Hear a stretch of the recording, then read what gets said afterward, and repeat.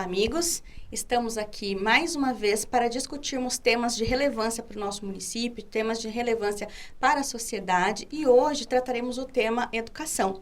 Então, nós estamos aqui com o Luiz Carlos Vale, com a Gi Magrini, para debater um pouquinho mais desse tema que é de grande importância para a nossa sociedade. Luiz Carlos Vale, e aí? Conte para nós as suas considerações, né? Vamos conversar um pouquinho sobre isso e hoje, né, vamos mudar e começar um pouquinho com os homens. Passo a palavra para você. Obrigado, Paula.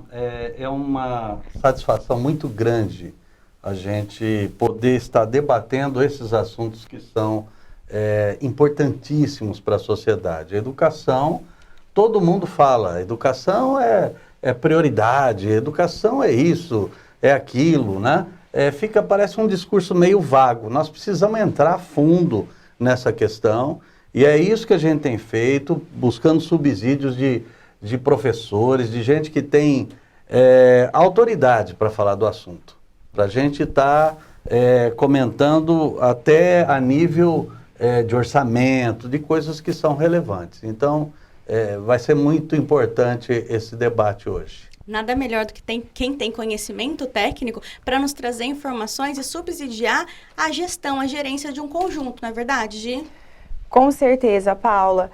Na verdade, é um assunto que muitas pessoas falam, mas parece que ninguém quer colocar a mão de verdade, né? Fazer algo de verdade para a educação, principalmente no nosso município. Então, é um assunto que realmente, para a gente discutir, nós fomos buscar informação lá, com os professores, entender, na verdade, a realidade que eles vivenciam hoje, tanto dentro da sala de aula, como na infraestrutura toda das escolas municipais também.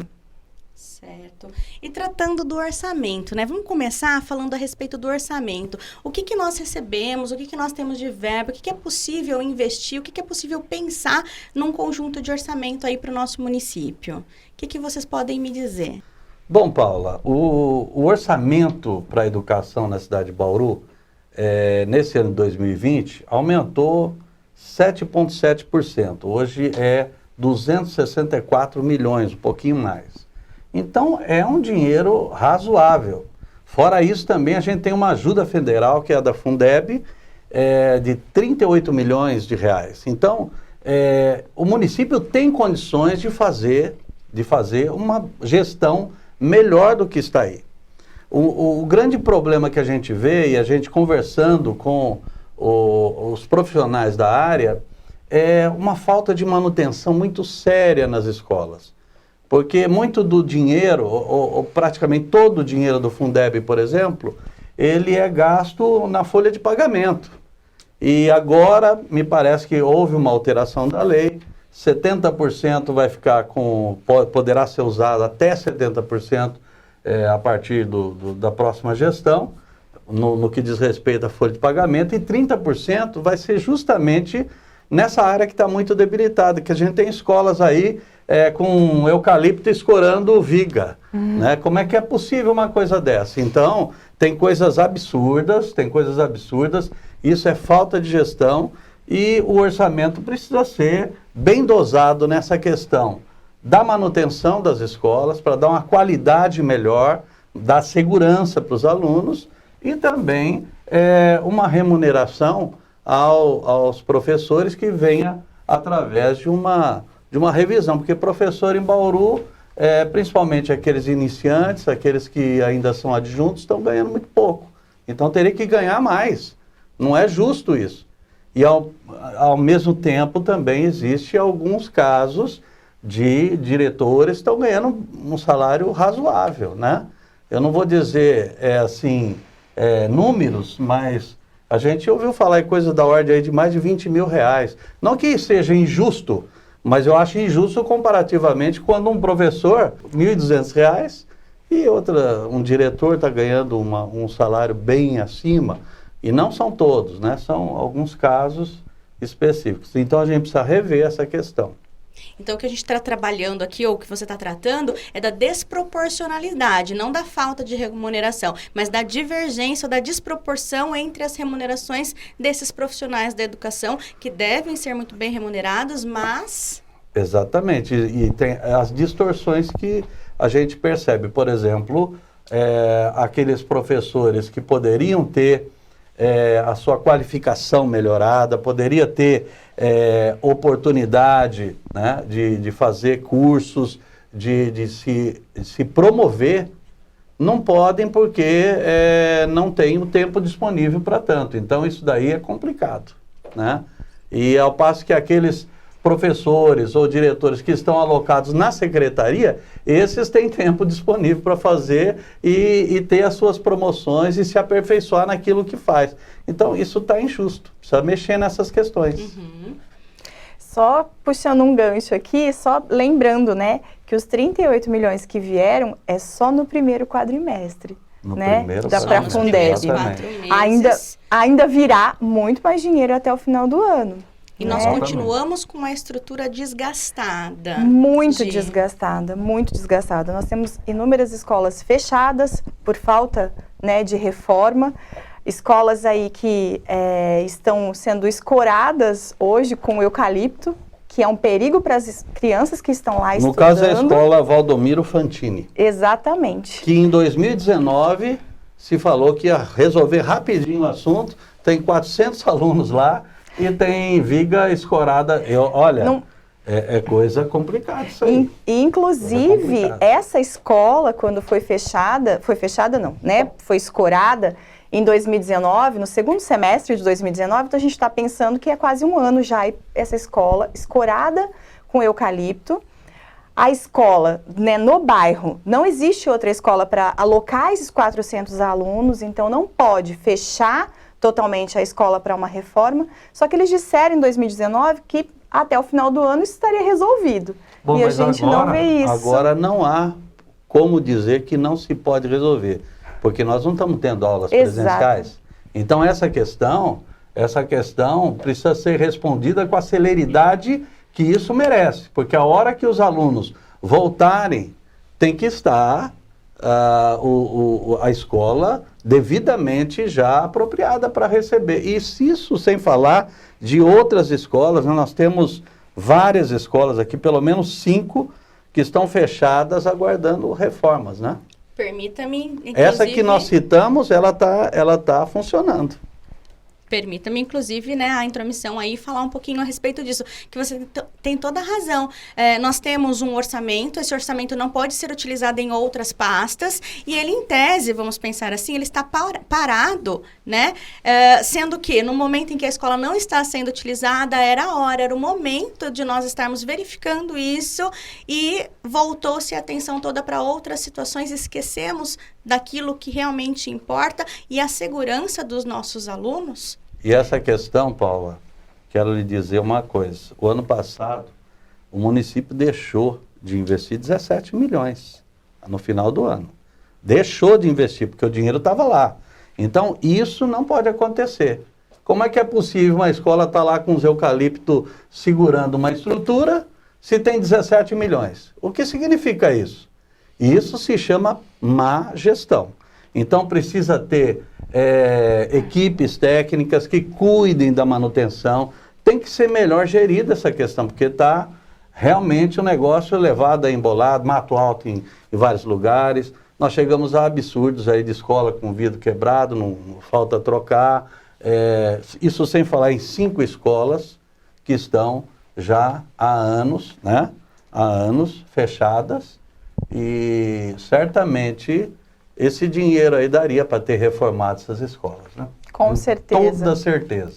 Com toda certeza. Se tivesse uma melhor gestão com o dinheiro, nós não teríamos tantos problemas estruturais nas nossas escolas. Nós estaríamos dando para as crianças o que elas realmente merecem. Uma qualidade melhor, uma escola melhor, né? Eu acredito que é isso que o município espera, né, da gestão pública. Má vontade política, não é mesmo? Infelizmente. Porque nós temos funcionários. E com relação à capacitação dos nossos funcionários, né? Nós temos ali toda uma estrutura voltada para a educação e específica da educação, né? Nós temos vários funcionários, que acredito que vocês tenham melhor do que eu esses números, né, Gi? E o que você pode me dizer a respeito principalmente de trazer esses funcionários para ter maior conhecimento, para ter maior capacitação, para buscar, né, essa melhoria da qualidade da educação, né? Sim. Nós temos, né, no nosso município, 2.400 funcionários. Né? Então, da área da educação. Só da área da educação, exatamente. E quando a gente fala nesse investimento, é exatamente isso.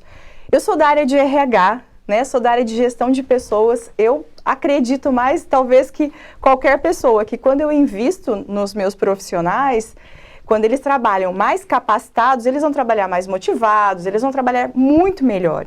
Né? Então, isso é muito importante. Quando a gente pensa dentro da educação, principalmente dessas pessoas que vão lidar com crianças, eles têm que estar totalmente capacitados. Eles precisam ter cursos que melhorem o seu dia a dia, que aprimorem o seu dia a dia. Então, isso é muito importante. É importante que o município, que as pessoas que estejam à frente dessa gestão, olhem para os nossos professores. Se eles estiverem bem, né, com uma formação boa, com certeza eles vão ser muito melhores ainda dentro da sala de aula. Complementando o que ela está colocando, Paula, nós temos o ATPC, que é a Atividade de Trabalho Pedagógico Coletivo. Então, as professoras adjuntas, elas não têm a oportunidade de fazer isso. Elas não têm acesso a isso, porque elas não têm tempo disponível para isso. E aquelas que estão alocadas na Secretaria de Educação, elas têm todo o tempo do mundo para fazer isso e vão recebendo as promoções, vão se aprimorando nos seus conhecimentos. Mas por que as outras professoras são deixadas para trás? Isso é uma coisa muito grave, é injusto, né? As professoras precisam ter uma remuneração melhor. Então eu volto àquela questão. Não é falar que um diretor lá está ganhando 25, 30 mil reais, que até isso a gente ouviu falar que é muita coisa.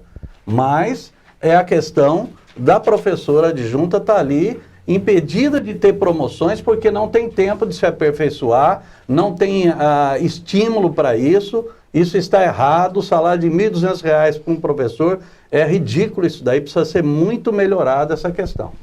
Como professora, eu vou dizer que você está completamente coberto de razão. Nós nos dedicamos muito, mas nos falta um pouquinho de tempo para nos capacitarmos, para melhorar. Mas eu acho, né, acredito que com uma boa gestão, com uma boa colocação, né, com a disponibilização e tratar as pessoas de maneira parecida ou, né, de maneira igual, eu acho que nós teremos assim uma boa quantidade, né, uma boa modificação, na verdade, dessa situação. Quando você fala, Paula, que você é professora, eu queria dizer que eu também sou professora, né?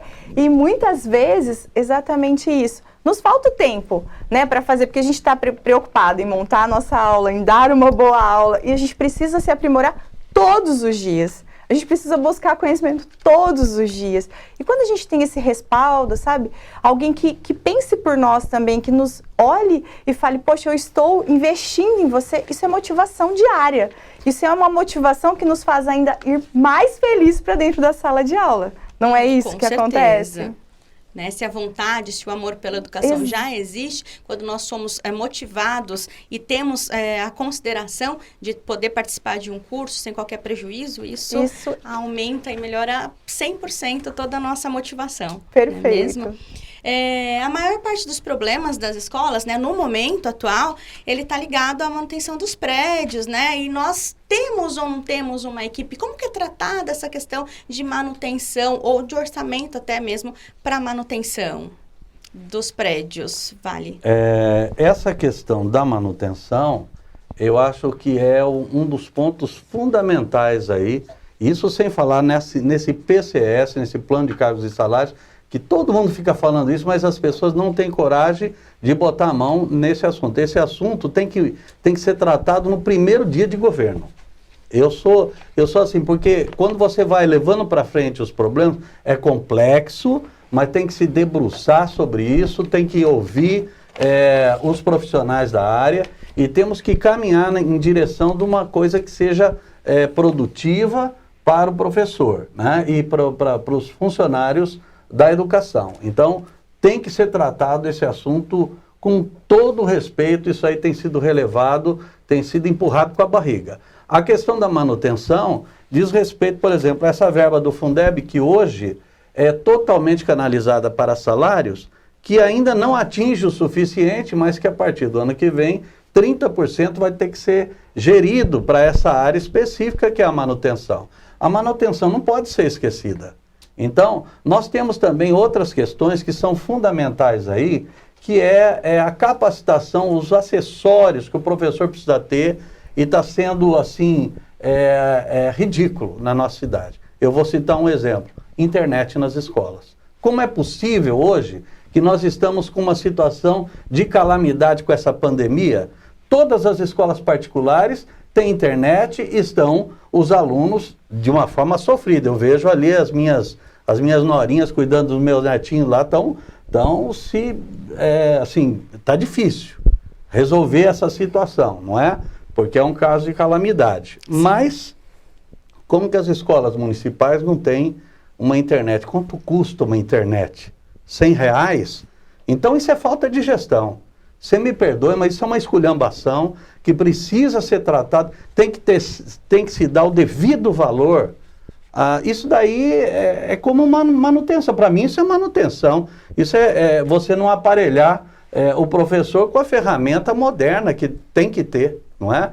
Porque não só as escoras de eucalipto ali já revelam um descaso, como também evitar de se investir R$100, R$200 numa internet de qualidade, principalmente para o professor, porque hoje não estaria tão defasada essa situação que está, essa calamidade que está, porque os professores aí estão se virando, nem sei como, viu? Nem sei como que eles estão se virando, são heróis. Né?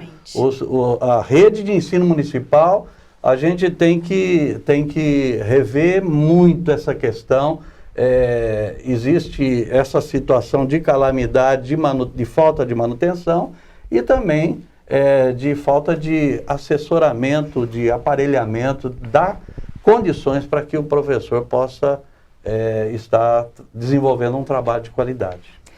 Além disso, Vale, nas conversas que tivemos com alguns professores, parques estão fechados, né? Então, você já imaginou dar aula na educação infantil e eu não tenho onde levar meus alunos? Já imaginou o problema que eles têm hoje?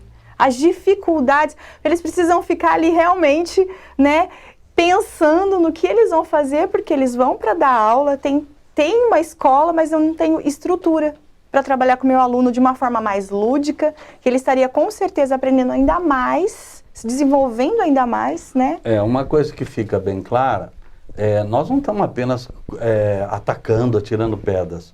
Nós estamos falando de gerir melhor isso daí. Sim. Por que não se usou 17 milhões, por exemplo, para tirar os eucaliptos lá da escola lá, né? O escoramento lá. A gambiarra, vamos falar que é uma gambiarra. Como engenheiro, você sabe bem. Olha, isso me dá arrepio. Gente, isso daí me dá arrepio. Então nós temos que, não é falta de recurso, é falta de gestão, é falta de interesse. Por que não tem uma internet nas escolas? Nem que seja uma coisa restrita aos professores, aos profissionais ali, aos diretores. Quer dizer, uma modernidade. Hoje poderia estar esses alunos que estão em casa aí, tendo um acompanhamento muito mais eficaz, né? Com ferramentas que a gente tem, né? Online, para estar dando esse suporte que os alunos precisariam, não é? Então, isso realmente precisa ser revisto. Lembrando, Paulinha, que se a gente fosse pensar, né, que se os nossos alunos tivessem já o acesso à internet antes dessa pandemia, a adaptação para que eles estivessem hoje tendo aula em casa não seria tão sofrida como está sendo hoje. Porque eles estão sofrendo em se adaptar com uma realidade que não era deles.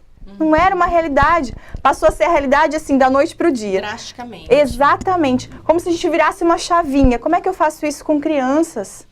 Né? Os adultos, né, quem é da faculdade já estão sofrendo, quem é do ensino médio já estão sofrendo, mas eles têm uma autonomia maior, uma maturidade maior. Os nossos alunos não, né? Eles precisavam... uma ferramenta. Exatamente. Né? Se essa ferramenta, se a gente pensar, nós temos mais ou menos aí 100 escolas, com uma internet de R$120, gente, são R$12 mil por mês. Será que não tem esse investimento para que nós tivéssemos feito isso para os nossos alunos, para os nossos professores, dar ferramenta para que eles trabalhassem. Será que isso também não é um instrumento pedagógico importante diante da nossa realidade atual? Se nas escolas particulares é um instrumento, por que na escola municipal não pode ser? Para mim é um instrumento fundamental para que eles façam pesquisa, para que eles consigam ter as informações de forma muito mais rápida. Para mim isso é fundamental, né? Não existe talvez explicação, é um valor muito pequeno, é um investimento muito pequeno para que eles tenham uma qualidade muito maior no ensino. Concordo. Bom, vamos passar aí, né, a falar um pouquinho sobre a educação especial, né? Já que a gente está trazendo das crianças, vamos buscar também aquelas crianças que precisam de um tratamento especial, né? Elas, por si só, já precisam de um acompanhamento, precisam de uma equipe multidisciplinar. E como assim nós poderíamos tratar, né, essa equipe multidisciplinar, né? O que seria? O que você pensa disso, Gi? Vou passar primeiro para você que é mãe, então a gente tem um pouquinho mais de sensibilidade em relação a isso, e depois com, né, esse assunto masculino da... Eu acredito, Paula, que quando a gente pensa numa equipe multidisciplinar, ela é fundamental para a sala de aula. Eu não posso simplesmente pegar um aluno e colocar dentro da sala de aula e não dar estrutura para ele, principalmente, porque se eu não tenho uma equipe para trabalhar com esse aluno, eu já estou fazendo com que ele se sinta desprivilegiado dentro da sala de aula, eu já estou agindo de uma forma preconceituosa com ele dentro da sala de aula e talvez que ele se sinta muito mal de estar ali. O professor, muitas vezes, ele está ali para atender todos, sim, mas talvez ele não tenha toda a estrutura para isso. E se eu não tiver a equipe trabalhando junto, como é que eles vão caminhar juntos? Como é que eu exijo que o professor faça, né, essa ponte se eu não tiver uma professora que cuide desse assunto, que pegue todo o material e reverta e traga para a realidade dele? Como é que ele vai aprender da mesma forma? Então, eu acredito que essa equipe tem que trabalhar e tem que trabalhar em conjunto e ela precisa existir. Aí, complementando, assim, né, só puxando aí essa sua informação, nós temos, pelo menos eu tenho ciência, de que nós temos pessoas itinerantes. Sim. Esse aluno especial, né, ele não demanda uma atenção especial e, assim, essa confiança numa pessoa do lado, será que não faria toda a diferença? Com certeza, toda a diferença. Uma itinerante, eu venho hoje, amanhã ele também está na sala de aula, mas o itinerante não está amanhã ele está em outra escola. E aí ele não tem mais segurança. Ele não tem mais segurança. Se ele não criar essa segurança com o professor que está ali com ele, pode ser totalmente perdido. Tudo que ele consegue ganhar em um dia, ele pode ir perdendo. Então, quer dizer, acaba sendo um trabalho que não tem continuidade. Essa é a preocupação. Você me permite fazer uma parte? Claro. Nós, durante 9 anos, minha esposa foi diretora do Colégio Saber. Então, nós tínhamos um colégio particular, né, que é uma ONG, sem fins lucrativos, né, a gente utilizava o método Mackenzie. Até é um aspecto que, embora eu seja engenheiro civil, eu acabei fazendo uma pós-graduação na área de educação no Mackenzie com a minha esposa, que eu acompanhava ela e eu ganhei uma bolsa integral. Aí, se é para estudar, eu gosto de estudar. Então, alguma coisa a gente vai agregando, né? Sim, então, eu vejo, por exemplo, na escola particular, a fiscalização é bem diferenciada. Nós tínhamos salas com 15 alunos, 2 profissionais por sala. Então, um professor mais uma estagiária que poderia estar ali. E também você vê essa questão aqui, alunos que têm, por exemplo, um cuidado especial, né? Porque existe isso. A escola particular, ela é obrigada a dar o suporte necessário, inclusive por imposição da lei. Então eu vejo assim que existe uma questão aí que quando o assunto, por exemplo, diz respeito à escola pública, a fiscalização me parece que é muito precária. Eu vou dizer uma coisa para vocês, talvez você não saiba disso, a escola particular, quando vai lá uma inspeção para ver como é que está a rampa, como é que está o acesso aos deficientes, né, cadeirantes, como que está as medidas desse banheiro, o ângulo de giro, o negócio é rigoroso. É rigoroso. Faltou ali centímetros ali, ó, tá com um dedinho a mais aqui que precisa tirar. É um rigor tremendo. Vai na escola pública. Por que esse descaso? Porque quem fiscaliza sou eu mesmo. Então, olha só, a Secretaria de Obras, que tem engenheiros, especialistas nisso, tem que rever essa questão e tem que fiscalizar as escolas municipais. O negócio está largado. Será que tem alvará nas escolas municipais para funcionamento? Né? Estão adequadas às normas do Corpo de Bombeiros? As rampas dos deficientes, elas estão todas enquadradas no nível máximo? Existe ângulo de giro para os cadeirantes e para os alunos especiais? Existe professor especialista em crianças excepcionais para poder ter essa condição de dar esse suporte, a não ser ficar a coisa itinerante? Então, são coisas que precisa ter especialização. Agora, como vai ter especialização se até as professoras adjuntas não têm o tempo de fazer aperfeiçoamento, né? Então, essas coisas precisam ser melhor elaboradas para que a gente tenha uma qualidade diferenciada na educação. Bom, nós temos um conjunto, né, de metas propostas aí pelo Plano Municipal, que atendem talvez a Lei de Diretrizes e Bases da Educação, que atendem um plano diretor, e nem sempre elas estão em consonância com o que efetivamente acontece na prática, né? O que nós podemos fazer, o que nós podemos trazer de plano, de proposta, para que isso tenha uma sequência, né? Para que seja efetivo o plano, a ideia da educação. Legal. Paula, eu vou até responder e vou falar um pouquinho mais sobre isso. A Meta 26 diz que teria que ter uma equipe multidisciplinar até para auxiliar na demanda da APAE e da Sorri, né, com essas crianças especiais, que teria que ter uma fono, uma psicóloga e uma assistente social para cada escola. Será que isso acontece? Desde 2016 tem uma proposta que era para isso acontecer. Eu tenho uma assistente social, acredito, hoje, se eu não estiver enganada, que atende a todas as escolas. 16 escolas. 16 escolas. Imagina, né, se a gente for pensar em proposta, eu preciso rever. Se eu não tenho esses profissionais, então vamos contratar, vamos trazer essas pessoas para dentro das escolas. Sim. Vamos realmente estabelecer essas equipes multidisciplinares. Isso é uma proposta, né? Porque a grande que pode importância, dar... né? Exatamente. Senão não estaria no plano. Exatamente. Então, se ela existe ali, por que só no papel? Eu sei que no papel pode tudo. Sim. Mas se na prática, com certeza está fazendo falta, por que não existir?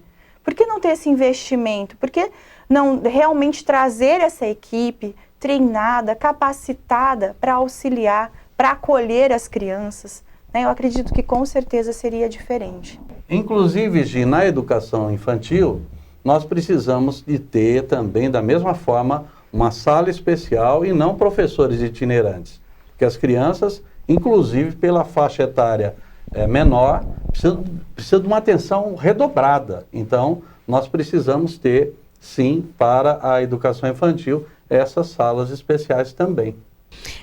E o José Marques, ele pergunta o seguinte: Vale, seria possível uma parceria com escolas técnicas como ETEC e CTI, com o objetivo de dar cursos técnicos e profissionalizantes aos alunos do município? Como que você enxerga essa questão do ensino técnico e profissionalizante? Muito embora saibamos que isso não é competência não é competência do município. Bom, eu vejo essa parceria como sendo extremamente importante. Agora, nós temos que separar aí as coisas. Nós temos no município a atribuição até o ensino fundamental 2, não é? Mas nada impede que a gente tenha uma parceria assim, para ir já dando uma atribuição, um sentido de uma orientação, uma capacitação direcionada para um futuro profissional. Eu posso falar isso porque eu fiz o Colégio Técnico Industrial. Eu também sou técnico em edificações, antes de fazer engenharia eu fiz. E é extremamente importante, porque vai abrir portas para esses alunos também se profissionalizarem no futuro. Muito bem. Tem uma outra pergunta aqui, Gi, que é da Juliana. Ela diz assim, ó, sou adjunta, mas antes de tudo sou professora. Minha valorização reflete diretamente no meu desempenho. Né? Como você é gestora de RH, como me qualificar ganhando tão pouco? Na verdade, a gente até falou um pouquinho a respeito disso, mas eu acho que as pessoas ainda precisam ouvir esse sentimento nosso, dessa preocupação com esses professores adjuntos. Como nós falamos um pouquinho antes, eu acredito, né? E aí a gente entendendo um pouquinho como funciona hoje, o adjunto, ele fica lá, acredito que por 3 anos, aí ele pode participar como se fosse um processo seletivo interno, né? Onde eu até penso assim, tem 10 pessoas, 10 adjuntas que estão ali com 3 anos, eu tenho 2 vagas, elas participam da mesma forma para que elas se tornem, né, efetivas. Com certeza, se eu tivesse um investimento já do município em treinamentos, ela talvez não tivesse essa preocupação. Como que eu vou investir? Muitas vezes, realmente, se eu ganho R$ 1.200, como é que eu vou pagar um curso, talvez, de uma outra graduação, ou de uma pós-graduação, ou um outro curso que me traga maior aprimoramento?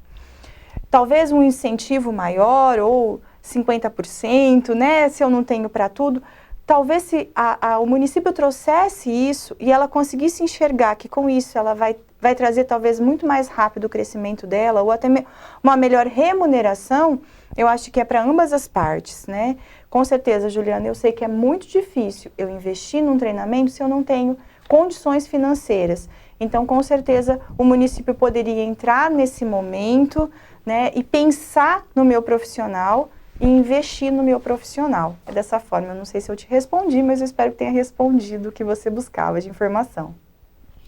Muito bem.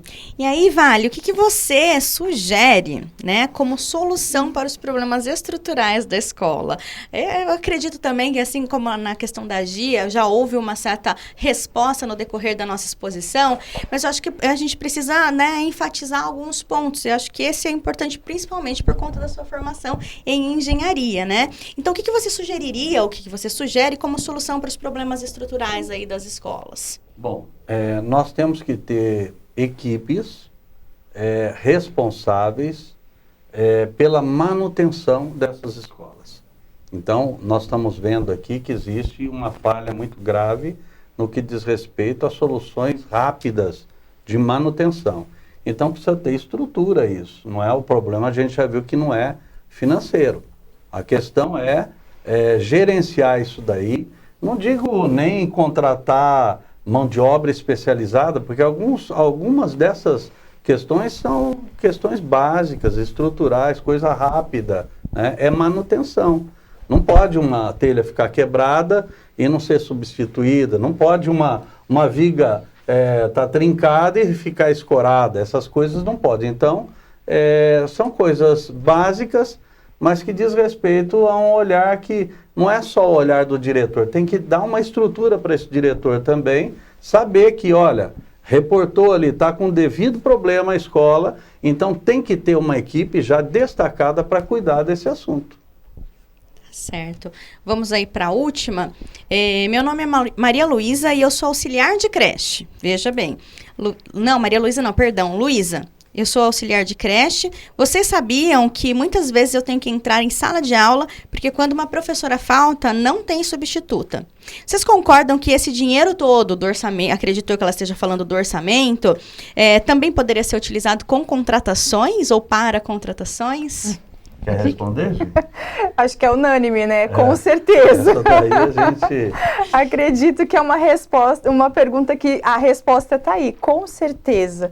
Com o dinheiro que recebe, se nós tivermos um investimento melhor, né? E sem pensar nos aluguéis que são gastos, enfim, né? Se todo esse dinheiro fosse revertido de uma forma mais correta, né? Com planejamento melhor, eu acho que sem dúvida teríamos contratações melhores.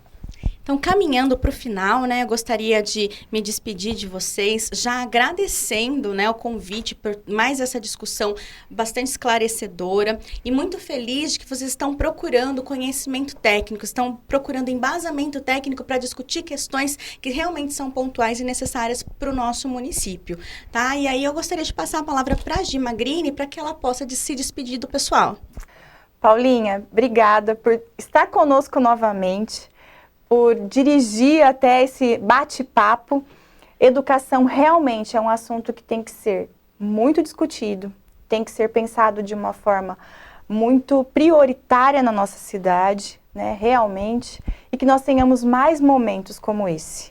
E que nós tenhamos ainda mais momentos com os professores da rede municipal, para que eles nos tragam ainda mais informações, que a gente consiga ainda mais trazer informações para as pessoas que não conhecem essa realidade, que possam ver as imagens de como estão as nossas escolas, ver a realidade que está a nossa cidade, né? Então, que nós tenhamos ainda mais momentos como esse, né, e possamos compartilhar isso com as pessoas. E você, Vale, quais são as suas considerações finais? Conta pra gente. Bom, eu quero, em primeiro lugar, me dirigir especificamente aos professores da rede de ensino municipal e todos os profissionais da área de educação. Vocês são verdadeiros heróis, estão fazendo um excelente trabalho. A gente está tendo hoje subsídios daquilo que está sendo desenvolvido e de como tem sido desenvolvido, com a falta de recursos, que não seria um problema financeiro, mas um problema de gestão nessa área. E nós esperamos sim que a educação, que é fundamental, cada dia mais a nossa população tenha acesso a uma educação de qualidade, porque esses profissionais que estão preparando as novas gerações para esse mundo novo que está chegando aí, e os profissionais da área de educação têm que ser valorizados. Então, isso é muito importante a gente destacar. E todo o nosso empenho, claro que ninguém sabe todas as coisas, mas a gente tem que ter a humildade de procurar esses profissionais, de ter um diálogo, uma porta aberta com esses profissionais, para a gente saber aquilo que às vezes está sendo tão difícil e poderia ser tão facilmente resolvido. Essa é a ideia. Tá certo. Muito obrigada, então, pessoal. Eu gostaria de agradecer o tempo que vocês dispensaram aí para nos ouvir, tratar um pouquinho de algumas situações que estão acontecendo, né, que acontecem na nossa cidade, que acontecem no quintal da nossa casa. E gostaria de pedir a você, que acompanhou até agora e que concorda com os nossos pensamentos, com a nossa ideia, com a nossa discussão, a compartilhar aí pelo Facebook, pelo Instagram e pelo YouTube. Tá bom? Muito obrigada e até a próxima.